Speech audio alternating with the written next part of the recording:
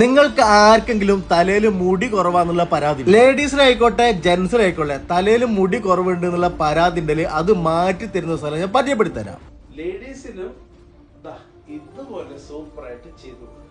നിങ്ങൾ ഈ ആളുടെ ബിഫോർ കണ്ടിട്ടുണ്ടല്ലോ. ഇതേപോലെ മുടി കുറവുള്ള തലയാണ് ഹെയർ ഫിക്സിംഗിൽ കൂടെ ഇവര് അടിപൊളിയായിട്ട് ഈ രൂപത്തിലേക്ക് മാറ്റിയെടുത്തു. പിടിച്ച് വലിച്ചാൽ പോലും ഇനി ഒന്നും ആവും. എന്റെ പേര് നർത്തന, ഞാൻ ഒരു പ്രൊഫഷണൽ മോഡലാണ്. ആക്ച്വലി എന്റെ ഹെയർ ഡൂയിങ്സ് ഒക്കെ ചെയ്യുന്നത് ഗേറ്റ് വേ ആണ്.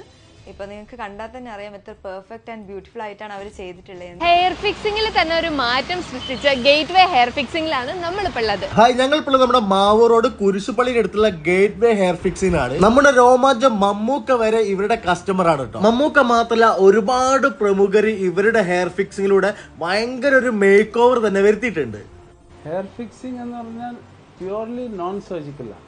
ട്രാൻസ്പ്ലാന്റേഷൻ എന്ന് പറഞ്ഞാൽ അത് സർജിക്കലാണ്, പക്ഷെ ഒരു പ്രയോജനമില്ല. എല്ലാവരുടെ ധാരണ അതല്ലേ ഒരു വിഗ് വെക്കുന്ന പോലുള്ള സംഭവമല്ലേ. ഇതൊന്നും അങ്ങനത്തെ ഒന്നുമില്ല. ജനങ്ങൾ ചിന്തിക്കുന്ന പോലത്തെ സംഭവമല്ല.